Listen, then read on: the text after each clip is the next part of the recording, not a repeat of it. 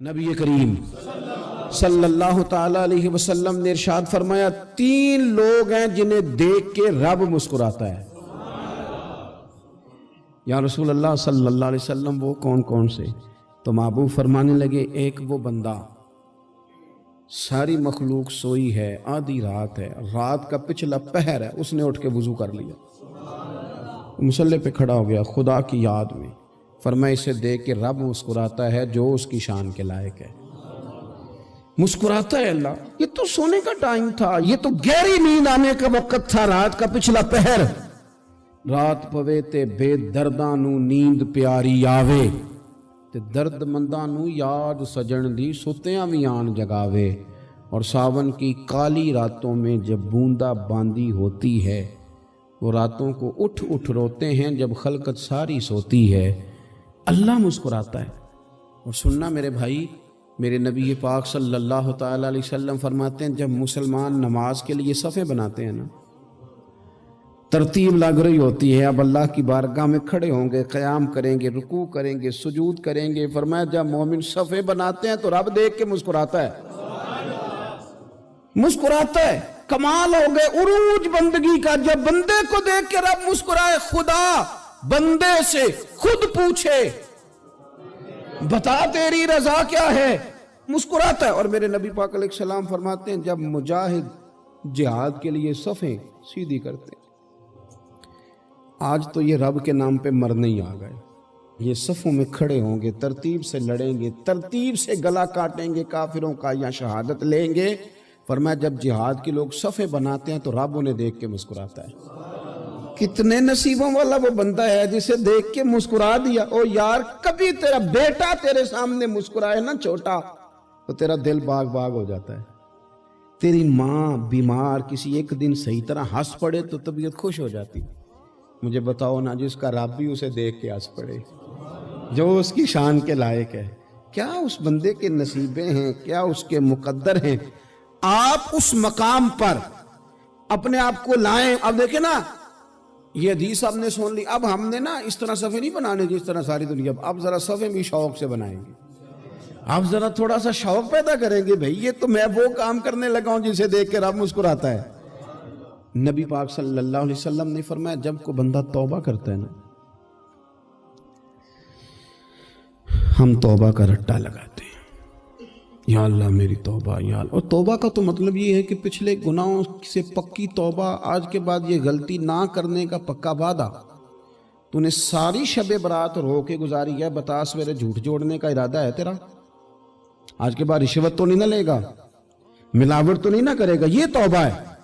اور اگر سارے کام اسی طرح کرنے تو پھر یہ توبہ کا رٹا ہے، جتنا مرضی لگاؤ۔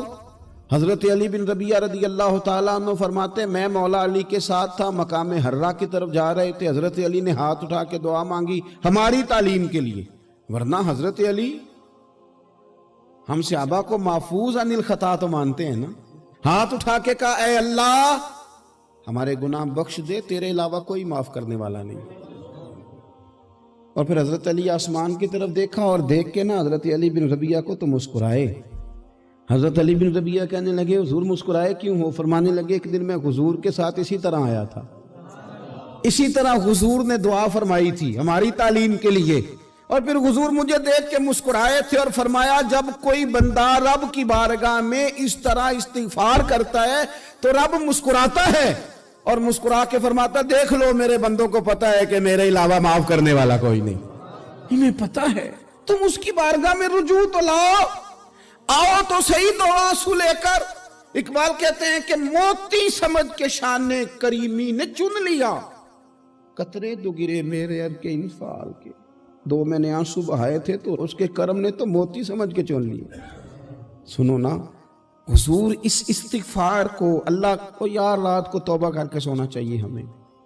کچھ غلطیاں ہم کرنا نہیں چاہتے پر ہم سے ہو جاتی ہیں، کچھ دل ہم توڑنا نہیں چاہتے پر وہ ٹوٹ جاتے ہیں، ہماری مجبوری ہوتی ہے ٹوٹ جاتے ہیں۔